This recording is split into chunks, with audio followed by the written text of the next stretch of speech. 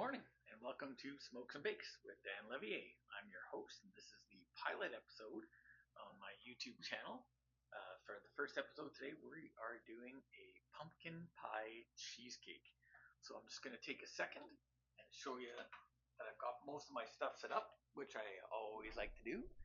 Pardon for the bad camera work, as this is my first time, but I like to have all my stuff all set up. We're doing a graham cracker crust, and so we're getting some of those ingredients ready. I have all the stuff all laid out on my station, all the ingredients and tools out, ready to go. It's a good way of being prepared ahead of time and making sure that you are good to go once you sit down to get going. So as things move along in the recipe, I'll be shutting the camera on and off, and obviously this will get edited too. And I'll be trying to go about it with you step by step. So stay tuned. Okay, now we're moving on to our crust. It's about a dozen graham crackers, which will give you about a cup and a half. I have a little bit more in there just in case I need. We had melted that butter up, which was about 1 stick or about 6 tablespoons of butter. And we're also going to need a tablespoon of sugar. So I'm just going to go ahead and add those ingredients in, starting with the sugar first. Put it into the food processor, and that was 1 tablespoon. And then we're going with about a teaspoon of cinnamon. You can eyeball it a little bit when it comes to the spices like this. Another substitute for cinnamon you could use is pumpkin pie spice. Or seeing as how you're doing a pumpkin pie type cheesecake, another good flavor for that is always ground ginger. So just added in the cinnamon and the sugar. Now I'm going to slowly pour in the melted butter. This is going to make a good crust. Make sure to get that all in there. Smells good already. And in keeping with keeping your station clean, as I'm using a device, I always like to put it away or put it in the sink. And that way it's out of your way and you're good to go on to the next step. Now we're just going to pulse this up into the crust. You want to kind of get it till it's that crumb consistency so that you can push your the paste that's formed kind of down into the bottom of a springform pan. I use a 9-inch springform pan, and you push it all around the bottom. I line it with a parchment sheet that's round, and push it a little bit up the sides as well. And I'm just going to have a quick peek, and probably make those crumbs a little bit finer. And now we're good to put that mixture into our springform pan. So we'll just try and give you a peek as to kind of what you want the texture to look like. Really good crumb paste mixture, and then we're gonna push that into the springform pan. Okay, and we're back, and I'm just gonna show you what that springform pan looks like now with the graham cracker crumb. I did my best to push it up the sides as the recipe suggests, but bottom line, I tried to make it as even as possible and flatten and not showing any spots through to the wax paper, so you know that you've got a good solid crust on the bottom. And the next step after getting that crust pressed into the pan is once your oven's warmed up to 350, you're going to put it in there and bake it for about 8 to 10 minutes. And that's when you're going to move on to your next step of putting the pumpkin cheesecake filling into the rest of the pan. It's going to be good. Okay, now that we've got the crust going in the oven, my alarm set for a few more minutes, we put in 3 packages of 8 ounces of room temperature cream cheese, and for that I even left my cream cheese out in a covered bowl overnight so it would really get nice and soft. And the first step of the filling is that we're going to blend that cream cheese with 1.5 cups of brown sugar. So I'll just show you with the cream cheese in the bowl there, and then we're gonna measure out 1.5 cups packed brown sugar. Packed just meaning that you've got it inside of your measuring and it's tapped down nice and firm. And I always try to keep it inside the bag because otherwise you're getting crumbs all over the place, and that's how you get ants. Half. You can use your hand just to pack it down to the inside of the bag. You can see it's a nice 1/2 cup scoop. Oh, a bunch of the sugar fell out. 1 cup in there.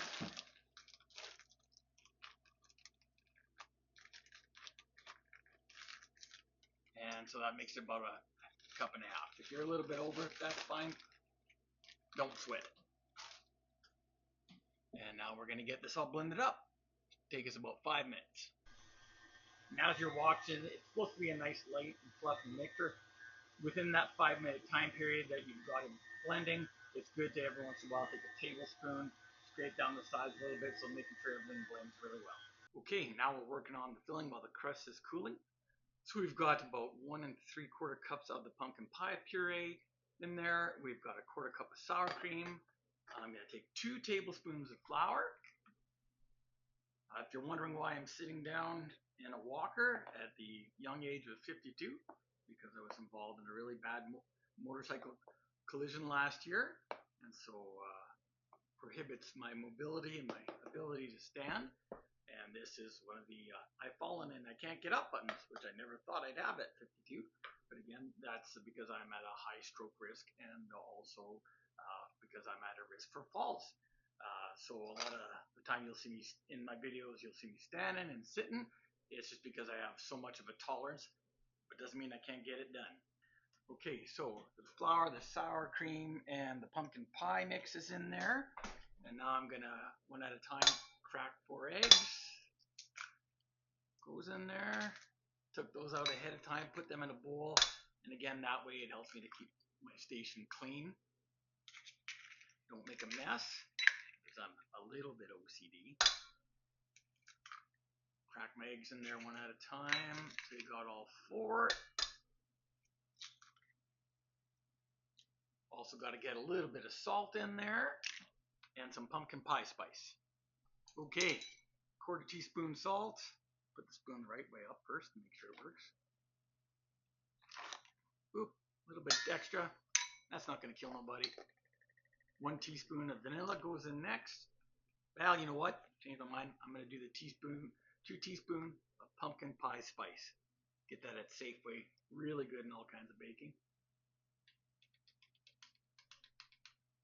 And once I get this figured out, hang on a minute. Actually, got the top open. 1 and 2. And as long as it's not too much, it's a little less or a little extra, who the hell cares? It's going to taste good anyway. And now the vanilla, 1 teaspoon of that.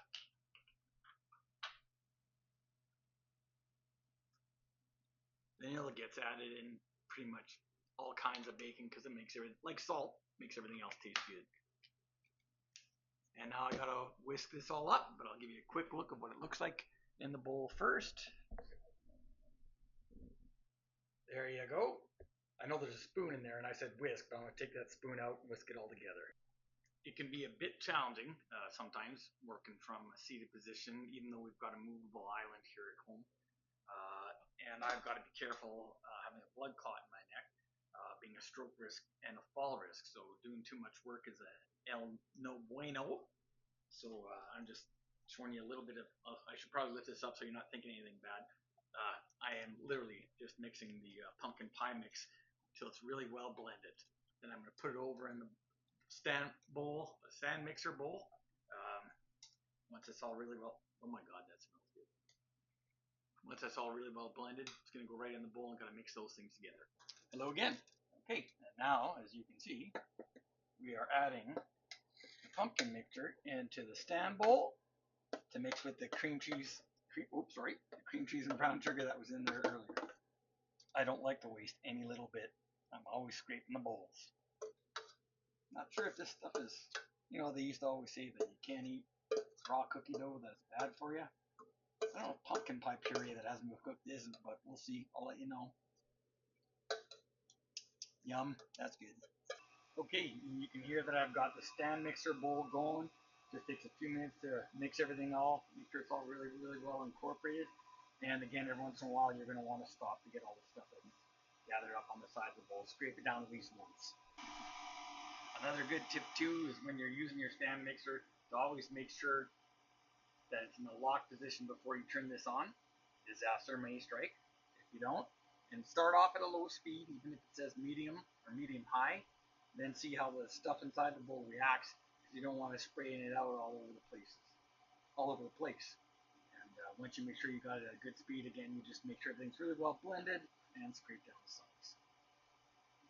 And look up any stuff that falls on the counter. Don't want to make a mess. You guys ready for the money shot on what you're thinking? This is where we take the pumpkin pie stuff, pour that right inside the bowl. You know, that flows smooth and sexy, just like me.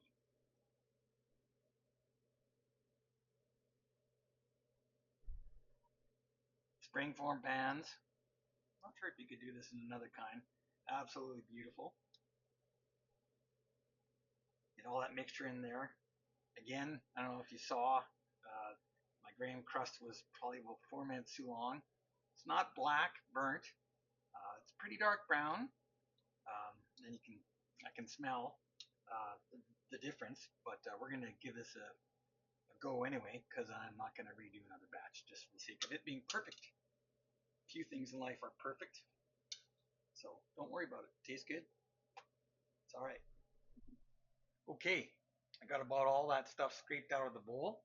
Now I'm just using a. You can use a spreading tool. I'm just using a spoon. Big fan of spooning. Often gets all the sweet stuff. Well, you know where I'm going with this. Evenly spread. I'm gonna give you a look at this thing in a couple seconds. Looks pretty damn good. Hold on to your belt. Yep, that's gonna be good. Next thing's up, we're gonna put that springform pan on top of my bain marie. I've never had a bath marie from with marie, but word is when you do it like that, it keeps the cracks down to a minimum. So the bain marie, or water bath. French have got to be fancy. I should know. So basically, all that is a springform pan sits on top of a, for me, improvised kind of, sits on top of a wire cooling rack, disposable aluminum pan, quarter full with water. I'm gonna give you a bit of a closer look after I learn how to talk. So you can see how that sits nice and flat, and I'm ready to put it in. Okay, I don't know if you could tell on that brief break, but I put it in, and now it's got to stay in there for an hour until it's ready. Back at you soon. Okay, now it's time for the big reveal. Let's have a look. See how she looks. Looks pretty good. And a little bit of whipped cream to go. Beautiful.